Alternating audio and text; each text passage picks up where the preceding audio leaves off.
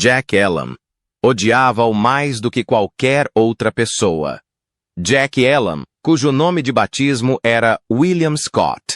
Elam nasceu a 13 de dezembro de 1961. Novembro de 1920 em Miami, no Arizona, e foi um dos atores de personagens mais reconhecidos e inesquecíveis de Hollywood.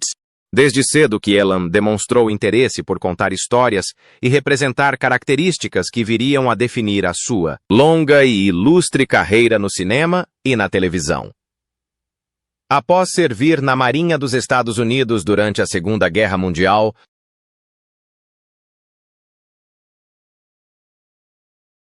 desenvolveu um sentido de disciplina e resiliência, seguiu a carreira de ator estudando na Universidade do Sul da Califórnia. A aparência física marcante de Elam, particularmente o seu olho peculiar e desalinhado, diferenciou-o inicialmente no mundo de Hollywood. Em vez de ver isto como uma desvantagem, transformou a característica num traço distintivo da sua persona, criando uma presença naturalmente ameaçadora ou excêntrica, que se tornou a sua imagem de marca nos ecrãs. A carreira de Elam abrangeu mais de 5 décadas, durante as quais participou em mais de 200 filmes e programas de televisão tornou-se especialmente famoso pelo seu trabalho em westerns, um gênero que parecia feito à medida para a sua aparência robusta e pouco convencional e para a sua presença imponente. Filmes como Era uma Vez no Oeste, 1968, Apoie o Seu Xerife Local 1969, e A Noite do Urso 1966, consolidaram a sua reputação como o vilão por excelência. Embora Elam trouxesse frequentemente uma mistura única de ameaça e humor às suas personagens, o público era atraído não só pelos seus papéis de vilão, mas também pela subtil humanidade que ocasionalmente lhes infundia, tornando-o uma presença profundamente memorável em todas as histórias em que atuou. Para além do seu trabalho em westerns, Jack Elam demonstrou uma versatilidade notável, transitando com facilidade entre gêneros. Atuou em comédias, dramas e até filmes para toda a família, provando que o seu talento transcendia estereótipos. As suas colaborações com outros atores e realizadores icônicos da sua época demonstraram o seu profissionalismo e o respeito que conquistou na indústria. As participações televisivas de Elam foram igualmente prolíficas, incluindo papéis em séries como Gunsmoke, Bonanza, The Twilight Zone e The Lone Ranger, onde deixou uma marca indelével na cultura pop americana, entre 1974 e 1975. Jack Elam interpretou Zack Wheeler em The Texas Wheelers, uma série de comédia curta, mas memorável, exibida pela ABC. Nesta série, Elam deu vida a um pai rude e há muito perdido que reaparece subitamente na vida dos seus filhos após a morte da mãe. A história girava em torno da tentativa pouco convencional de Zack de criar 4 filhos que mal conhecia, o que proporcionou a Elam a oportunidade de demonstrar tanto o seu talento para a comédia como a sua capacidade de interpretar uma personagem que, apesar dos seus defeitos, tinha uma surpreendente dose de bondade. Embora a série tenha durado apenas 8 episódios, foi notável por reunir Elam com futuras estrelas como Mark Hamill, que viria a alcançar fama mundial, como Luke Skywalker em Star Wars, e Gary Busey. Mesmo que The Texas Wheelers tenha enfrentado baixos índices de audiência e sido rapidamente cancelada, os críticos elogiaram a prestação de Elam, referindo que a sua personalidade robusta e presença excêntrica em cena acrescentavam uma camada única à comédia familiar. Elam continuou a fazer experiências com papéis invulgares na televisão, demonstrando uma vontade de se livrar dos estereótipos de western, sombrio e vilão que tinham definido grande parte da sua carreira anterior. Em 1979, apareceu na sitcom da CBS, Struck by Lightning, assumindo o papel inesperado do monstro de Frankenstein. Esta peculiar comédia girava em torno de um cientista que descobre que o seu antepassado era o Dr. Frankenstein, e através de uma série de acontecimentos, cômicos acaba por viver com o monstro. Elam, com os seus traços faciais distintos e charme peculiar, era perfeito para um papel tão singular, misturando o humor com o absurdo de interpretar uma figura lendária do terror numa sitcom ligeira. Infelizmente, a série nunca encontrou o seu público e foi cancelada após apenas 3 episódios, sendo que os restantes 8 episódios nunca foram exibidos nos Estados Unidos. Curiosamente, todos os 11 episódios foram eventualmente transmitidos no Reino Unido em 1980, dando ao público britânico a oportunidade de ver a peculiar performance cômica de Elam, que permanece uma curiosidade na sua longa carreira. Mesmo na década de 1990, Elam continuou a fazer aparições que destacavam a sua versatilidade. Assumiu o papel de Rick Peterson num episódio da primeira temporada da popularíssima sitcom Home Improvement.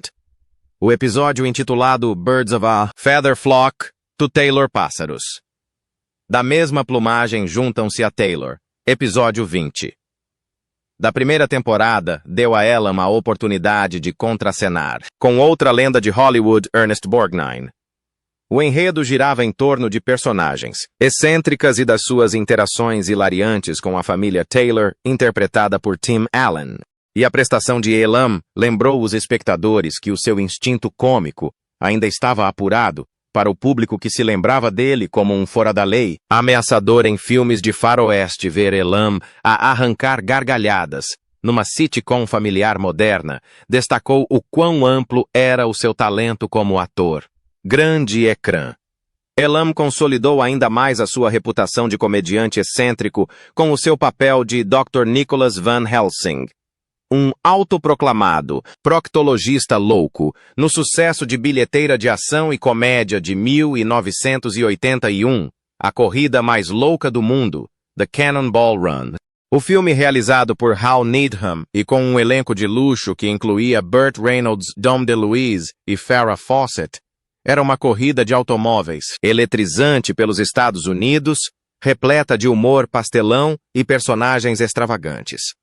A prestação de Elam como o médico excêntrico destacou-se como um dos pontos altos mais peculiares do filme, demonstrando o seu talento para transformar até o mais pequeno papel em algo memorável. A sua interpretação foi tão bem recebida que Elam repetiu o papel 3 anos depois na sequela, Cannonball Run, 2 de 1984. Mais uma vez, Elam encantou o público com as suas travessuras, de olhar arregalado e imprevisibilidade cômica. Em 1986, Elam participou em The Aurora Encounter, um filme frequentemente classificado como um western bizarro, devido à sua mistura invulgar de temas do velho oeste com ficção científica. Nesta produção, Elam interpretou Charlie Hankins, um bêbado da cidade cujo comportamento excêntrico contribuiu para o tom peculiar do filme. Foi durante a produção deste filme que Elam viveu uma das ligações pessoais mais profundas da sua vida. No set de filmagens conheceu Mickey Hayes, um rapaz texano de 11 anos que sofria de progéria, uma condição rara que provoca o envelhecimento precoce. Apesar das diferenças de idade e de circunstâncias de vida, Elam e Hayes formaram um laço extraordinário.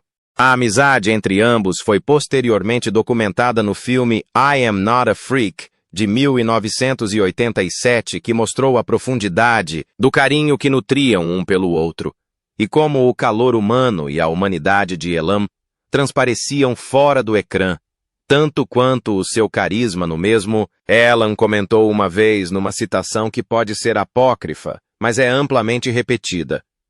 Sabe, conheci muita gente, mas nunca conheci ninguém que se aproximasse de mim como o Mickey. O relacionamento revelou um lado terno e compassivo de Elam, que o público raramente via nos seus papéis de durão. Nesse mesmo ano, Elam expandiu mais uma vez o seu currículo televisivo ao contracenar na série de comédia Easy Street. Interpretou Alvin Bully Stevenson, o tio azarado da personagem de Lonnie Anderson, L.K. Maguire. A série focava-se num arranjo de vida invulgar, em que uma socialite, rica interpretada por Anderson, partilha a sua luxuosa casa com os seus familiares da classe trabalhadora, criando muitos conflitos cômicos. A personagem de Elam, com o seu jeito atrapalhado, mas cativante, era uma fonte natural de humor. Embora Easy Street tenha tido uma vida curta, a presença de Elam ajudou a elevar a sitcom e a sua parceria com Anderson proporcionou ao público uma dinâmica divertida entre o glamour de Hollywood e o charme despojado. Em 1988, Elam fez parceria com a lenda da música country Willie Nelson no filme para a televisão Where the Hell's That? Gold, um western feito para a televisão.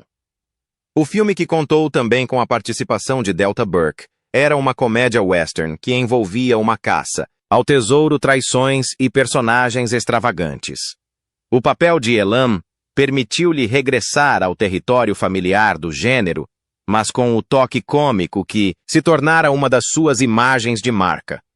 A sua química com Nelson contribuiu para o sucesso do filme, uma vez que ambos trouxeram uma energia descontraída e natural às suas interpretações. A longa e distinta carreira de Elam recebeu reconhecimento formal em 1994, quando foi incluído no Hall da Fama dos Grandes Intérpretes do Oeste, no Museu Nacional do Cowboy e da Herança do Oeste em Oklahoma City, Oklahoma. Esta honra colocou-o ao lado de alguns dos nomes mais respeitados da história do cinema e da televisão de western. A inclusão foi uma justa homenagem a um ator que não só se definiu através de interpretações inesquecíveis de vilões e personagens cômicas, como também contribuiu para o legado duradouro do gênero western. Para os fãs e colegas, o reconhecimento de Elam no Hall of Fame dos Grandes Intérpretes do Oeste serviu como testemunho da sua versatilidade, longevidade e da marca indelével que deixou no entretenimento americano. Quando as pessoas pensam em Jack Elam, geralmente lembram-se do seu característico olho vesgo, do seu rosto marcado pelo tempo e da sua capacidade de roubar a cena em praticamente qualquer filme de western, ou como um veterano cômico no final da sua carreira. Mas nos bastidores, Elam era conhecido como um homem que dizia o que pensava sem hesitações. Tinha opiniões fortes sobre quase todos com quem trabalhou. E um ator que o irritava particularmente era nada mais, nada menos do que Gary Cooper, a lendária estrela dos clássicos westerns e dramas de Hollywood.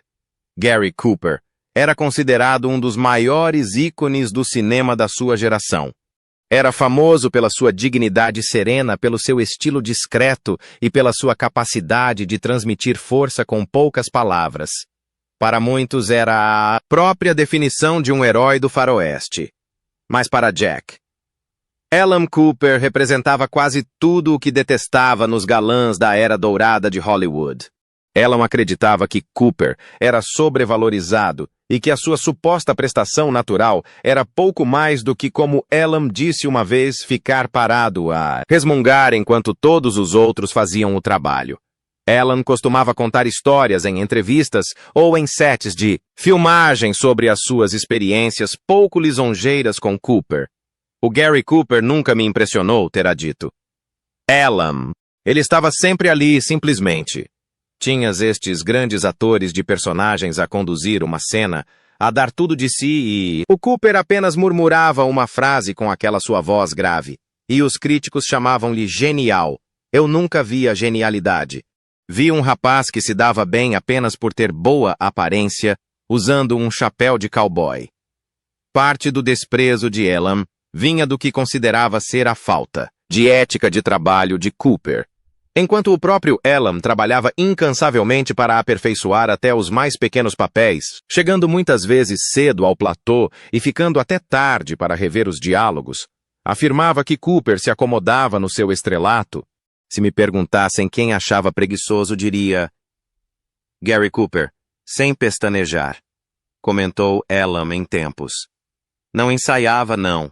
Se esforçava, não se importava se a cena era brilhante, só queria acabar logo e receber o pagamento. Enquanto isso, o resto de nós matava-se a trabalhar para que tudo corresse bem. Elam também tinha opiniões fortes sobre a forma como Cooper tratava os outros no set. Embora Cooper tivesse a reputação entre muitos de ser educado e reservado, Elam via-o de forma diferente. As pessoas diziam que ele era um cavalheiro, observou. Elam talvez se fosse um chefe de estúdio ou uma atriz bonita, mas se fosse apenas um rapaz comum como eu, ele não se importava consigo, mal te reconhecia, não tenho qualquer respeito por isso. Para um homem como Elam, que se orgulhava de ser acessível e simpático com todos, desde a maior estrela até ao assistente de palco. Este tipo de distanciamento era imperdoável. Talvez o que mais irritasse Elam fosse a forma como Cooper era idolatrado pela crítica e pelo público, mesmo quando, na visão de Elam, as suas prestações eram sem vida. Elam considerava o Oscar de Cooper por matar ou morrer um dos mais injustos da história do cinema. Podias ter colocado um índio de tabacaria nesse papel e terias obtido a mesma performance, ironizou Elam. Mas como era? O Cooper todos se curvaram perante ele. Nunca percebi isso, disse Elam. Sendo franco, como sempre, uma vez resumiu os seus sentimentos dizendo: Gary Cooper era como papel de parede. Ele estava lá. Preenchia o espaço, mas não se notava a não ser que alguém lhe dissesse para reparar nele. E, no entanto, de alguma forma, ele tornou-se este gigante do cinema. Para mim, isto diz mais sobre a obsessão de Hollywood com a aparência do que com o talento.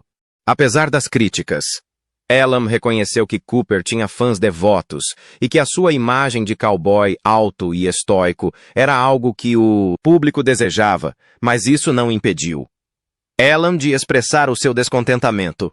Era o herói americano. Com certeza admitiu Elam. Mas só porque as pessoas queriam acreditar nessa imagem. Não era o melhor ator nem de longe, nem sequer era o melhor ator na maioria dos seus filmes. Mas tinha o aspecto certo. E isso bastava para os estúdios. No final de contas, a antipatia de Jack Elam por Gary Cooper tinha raízes na sua frustração de longa data com a tendência de Hollywood para glorificar os galãs, enquanto ignorava os atores de personagens esforçados e dedicados que davam alma aos filmes. Para Elam, Cooper simbolizava este desequilíbrio a injustiça de um sistema que recompensava a aparência e o carisma em detrimento da profundidade e do trabalho árduo. E para um homem como Jack Elam, que construiu a sua carreira com base na pura determinação e numa ética de trabalho inabalável, isto era algo que nunca poderia perdoar Jack. Elam casou 2 vezes. Primeiro com Jean-Louis Rodgert desde 1937 até a sua morte vítima, de cancro do cólon a 24 de janeiro de 1961, 7 meses. Depois, em agosto de 1961, Elam voltou a casar desta vez com Margaret M. Jennison.